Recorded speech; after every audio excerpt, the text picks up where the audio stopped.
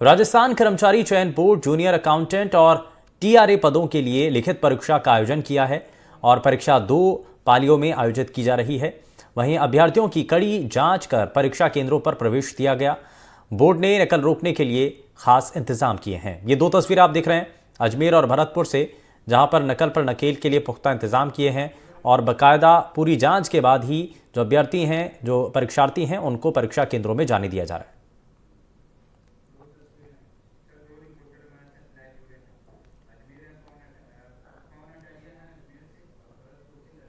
भरतपुर से ललितेश कुशवाहा हमारे साथ जुड़ चुके हैं और पवन अटारिया भी हमारे साथ जुड़ चुके हैं। लेकिन ललितेश, परीक्षा को लेकर के पुख्ता तैयारियां की गई हैं और नकल पर नकेल कसने के लिए बाकायदा व्यवस्थाएं हैं। क्या तस्वीरें नजर आ रही हैं और क्या व्यवस्थाएं हैं?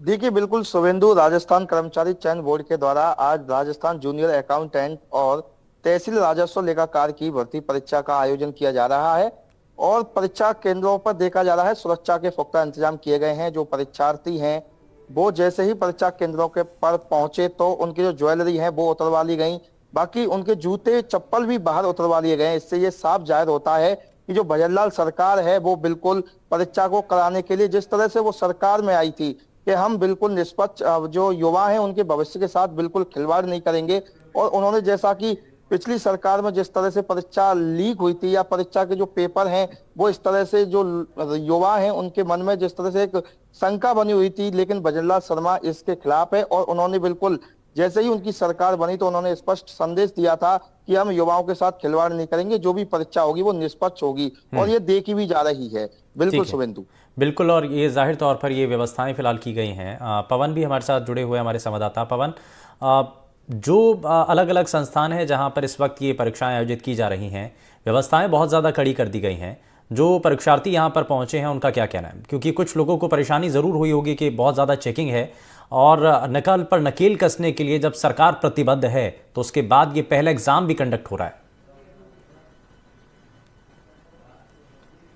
जी बिल्कुल शुभेंदु, देखिए सरकार बनने के बाद पहला एग्जाम है और 7 जिला मुख्यालयों पर यह परीक्षा आयोजित की जा रही है और अजमेर के 37 परीक्षा केंद्रों पर अलग अलग ये परीक्षा का आयोजन किया जा रहा है और सुबह 10 बजे से 12:30 बजे तक होगी और 3 बजे से 5:30 बजे तक 2 पारियों में परीक्षा होगी। और परीक्षार्थियों को हमेशा की तरह परीक्षा केंद्र पर परीक्षा के जो समय है उससे 1 घंटे पहले ही प्रवेश दिया गया है और यहां पर जो अजमेर के परीक्षा केंद्र है यहां पर तमाम सुरक्षा के इंतजाम किए गए हैं, नकल रोकने के लिए इंतजाम किए गए हैं। महिला पुलिसकर्मी और पुरुष पुलिसकर्मी हर एक अभ्यर्थी की बारीकी से जांच कर रही है। मेटल डिटेक्टर से यहां पर जांच करके उनको प्रवेश दिलाया गया है और भजनलाल सरकार नहीं चाहती कि किसी भी प्रकार से ये पेपर लीक हो या किसी प्रकार की कोई नकल हो, इस पर प्रभावी कार्रवाई की जाए। और यहां पर आईएएस और आईपीएस रैंक के अधिकारियों को सुनिश्चित किया है कि इस तरीके की जो परीक्षाएं हो उस पर अपने जिम्मेदारी लेते हुए सभी परीक्षा केंद्रों पर सुरक्षा के और नकल रोकने के इंतजाम किए जाएं। सुबह 9 बजे जैसे ही 9 बजे तो उस वक्त तक जो परीक्षा केंद्र में जो परीक्षार्थी थे उनके तमाम जो ज्वेलरी थी, रबर बैंड थे, चुन्नी थी, जूते थे, जैकेट थी, तमाम जो सामान थे, कपड़े और जो कि जो गाइडलाइन के अनुरूप थे वो पहनकर अंदर जाने दिए और बाकी सभी चीजों को बाहर रखने दिया। और इस पर जो थोड़ी सी सर्दी सुबह थी तो कुछ परीक्षार्थियों का कहना था कि सर्दी है तो कुछ स्वेटर वगैरह तो पहनने दिया जाए, मगर जो गाइडलाइन है उसके अनुसार सभी को जो कपड़े अलाउ नहीं थे वो बाहर रखवा दिए गए हैं। और क्योंकि ये जो अभी तक खास इंतजाम जो है, जो चेतावनी है वो फिलहाल दी गई थी और कुछ गाइडलाइंस तय की गई थी कि क्या क्या चीज़ें अंदर नहीं लेकर के जानी है।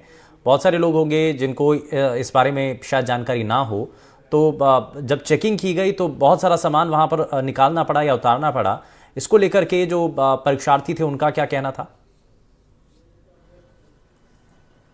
बिल्कुल, ये परीक्षार्थियों की थोड़ी बहुत लापरवाही यहां पर देखने को मिलती है, क्योंकि जब परीक्षा पत्र जारी होता है तो उन्हें बता दिया जाता है नोट करके कि आपको ये सामान लेकर ही जाना है, क्योंकि लोग अलग अलग शहरों से आते हैं और परीक्षा केंद्र पर इतनी व्यवस्था नहीं होती कि हर एक अभ्यर्थी का सामान सुरक्षित रखा जाए। और फिर जब परीक्षा खत्म होती है तो कभी कभार ये भी सुनने को मिलता है किसी का मोबाइल चोरी हो गया, किसी का पर्स चोरी हो गया। तो ऐसे में अभ्यर्थियों को यह ध्यान रखना चाहिए कि जो चीज सामान उनको जरूरत है, जो पेन है, पेंसिल है और ट्रांसपेरेंट जो ज्योमेट्री होती है वही लेकर जाएं और ऐसे फालतू सामान लाने लेकर जाएं, क्योंकि परीक्षा के बाद अधिकतर देखा गया है कि सामान चोरी होती है। हालांकि अभ्यर्थियों को थोड़ी बहुत परेशानी का सामना करना पड़ा।